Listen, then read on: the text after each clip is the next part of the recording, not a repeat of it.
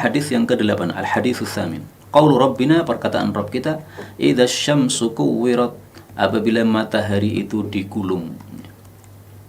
An Anas radhiyallahu anhu qala Rasulullah sallallahu alaihi wasallam, inna syamsa, sesungguhnya matahari, wal qamara, dan bulan, thawrani, adalah dua sapi jantan, aqirani, yang dilumpuhkan, finnari, di dalam neraka. Dulu saya terjemahkan aqirani itu disembelih ya, tetapi ternyata saya lihat di dalam kitab syarah itu maksudnya dilumpuhkan. Hadis diriwayatkan oleh At-Tayalisi, derajatnya sahih. Hadis ini menafsirkan kata-kata idza syamsu kuwirat, apabila matahari itu digulung. Maksudnya digulung bagaimana? Ibnu Abbas mengatakan bahwasanya kuwirat itu maksudnya sinarnya dihilangkan sehingga matahari menjadi gelap gulita. Sekarang matahari kalau kita lihat kan terang benderang. Nah, suatu saat nanti, yaitu pada hari kiamat, akan digulung oleh Allah Subhanahu wa taala sehingga menjadi lenyap sinarnya. Jadi sebagian ulama mengartikan kuwirat digulung, sebagian lagi mengartikan kuwirat itu dilenyapkan sinarnya. Nah, mana dua tafsiran yang benar ini? Semuanya benar. Karena semuanya menafsirkan bijuz'il ma'na, menafsirkan kata-kata kuwirat dengan satu bagian makna yang terkandung pada kata-kata tersebut, dan itu diperbolehkan dalam tafsir. Namanya matahari ketika digulung, nah maka proses awalnya adalah digulung, proses akhirnya adalah sinarnya lenyap. Nah, maka kalau diartikan digulung, ini berarti menafsirkan dengan proses awal dari kuwirat tadi. Kalau menafsirkan itu dipadamkan sinarnya, berarti menafsirkan dengan proses akhir dari kuwirat. Nah, itulah yang disebut apa? Tafsirun bijuz'il ma'na, menafsirkan dengan sebagian makna dari kata-kata kuwirat tersebut. Maka tidak ada pertentangan tafsir sebenarnya dalam hal ini.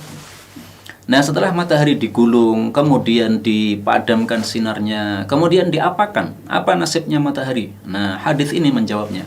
Sesungguhnya matahari dan bulan adalah menjadi dua, seperti dua sapi ya, yang dilumpuhkan. Aqiron itu yang dilumpuhkan dengan luka ya, dilukai kemudian lumpuh, finnar, dalam neraka.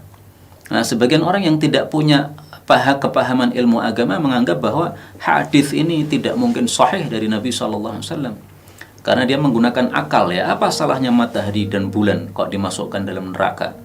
Nah, ini salah paham orang yang tidak paham ilmu agama. Para ulama menjawab bahwasanya matahari dan bulan dimasukkan dalam neraka itu bukan untuk disiksa, bukan, tapi justru sebaliknya, untuk menyiksa ahli neraka. Itu sama dengan kalam Allah dalam Al-Quran, waquduhan nasu wal hijarah, bahwasanya neraka itu kayu bakarnya adalah manusia dan batu-batu. Nah, orang yang tidak paham mungkin akan mengatakan, apa salahnya batu-batu dimasukkan ke dalam neraka? Nah, kamu nggak paham, batu ini bukan disiksa di neraka, bukan, tapi justru batu ini untuk menyiksa supaya orang-orang yang di neraka itu tambah kepanasan. Karena kalau ada api, kemudian ada batu, nah batunya ini menambah panasnya api tersebut dengan panas yang sangat dahsyat.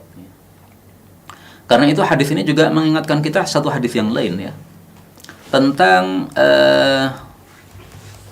dzubab, yaitu lalat. Rasul sallallahu alaihi wasallam bersabda, "Adz-dzubabu kulluhu finnar." Lalat-lalat dan sejenisnya itu semuanya di dalam neraka. Illan nahla, kecuali lebah ya, lebah untuk madu itu. Itu yang tidak masuk neraka. Jadi dzubab itu adalah binatang-binatang kecil yang suka terbang-terbang itu. Baik itu lalat maupun yang lain-lain. Nah, semuanya itu akan masuk dalam neraka, kecuali lebah tidak masuk dalam neraka. Nah, ini kalau orang tidak paham hadis ini, dia akan menganggap ini hadis pasti palsu ya. Apa salahnya lalat kok dimasukkan neraka? Nah, ini bukan begitu pemahamannya. Ini lalat dimasukkan neraka bukan disiksa, tetapi untuk menyiksa. Dan jangan dibayangkan lalatnya neraka sama dengan lalatnya dunia. Kalau lalatnya dunia mungkin kecil-kecil ya. Nah, lalatnya neraka kita nggak ngerti bagaimana kondisinya. Kemudian apa yang dilakukan oleh lalat-lalat ini, karena digunakan untuk menyiksa ahli neraka, na'udzubillahi min syarri dzalik. Ini hadisnya sahih, diriwayatkan oleh Al-Bazzar.